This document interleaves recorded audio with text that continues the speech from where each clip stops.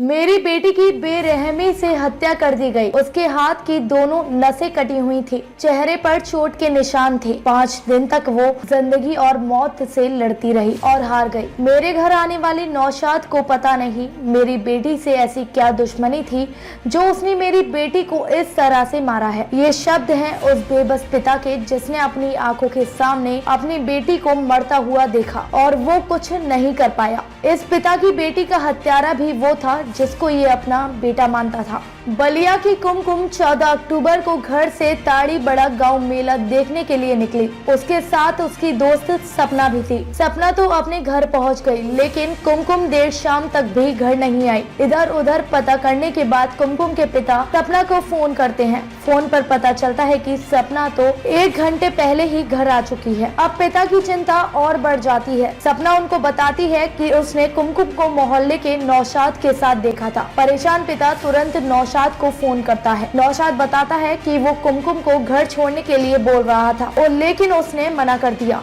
उसे नहीं पता उनकी बेटी कहाँ है। ये सुनने के बाद कुमकुम के पिता अपनी बेटी को पूरे गांव में ढूंढने लगते हैं। उनके साथ गांव के लोग भी कुमकुम को ढूंढते हैं, लेकिन वो कहीं नहीं मिलती। पूरी रात कुमकुम को खोजा गया, लेकिन कहीं उसका पता नहीं चला। 15 अक्टूबर की सुबह गाँव की कुछ महिलाएं कहीं जा रही थी। उन लोगों ने एक खेत के पास कुमकुम को खून से लथपथ बेहोशी की हालत में देखा। मेला स्थल से 5 किलोमीटर दूर कुमकुम खून से लथपथ पड़ी हुई थी। महिलाओं ने तुरंत गांव के लोगों को बुलाया। कुमकुम को अस्पताल भिजवाया गया। इसके बाद उसके पिता को जानकारी दी गई। पुलिस को भी मौके पर बुलाया गया। ये बातें एक ग्रामीण ने नाम न छापने की शर्त पर बताई है। कुमकुम ने इलाज के दौरान वाराणसी में 21 अक्टूबर को दम तोड़ दिया था।